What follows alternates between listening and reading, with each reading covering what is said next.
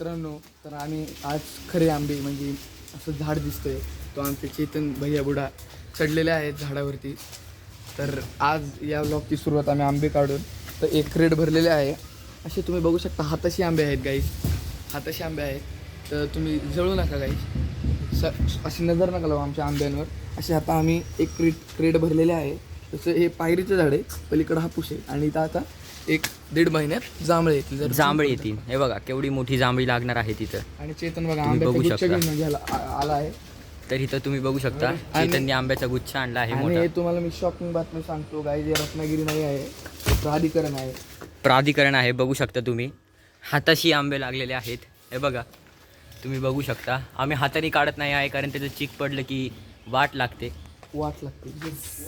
म्हणून आम्ही आमच्या मोठ्या भावाला सांगतोय चेतन. चेतन सिंग बुडा. बघू शकता कसे आंबे काढतोय. घोडा घेतला आहे त्याने. आता चेतन सिंग बुडा चढून काढणार आहे. कुठं पण नको घुसू बाळा. आणि कटरीने काढा.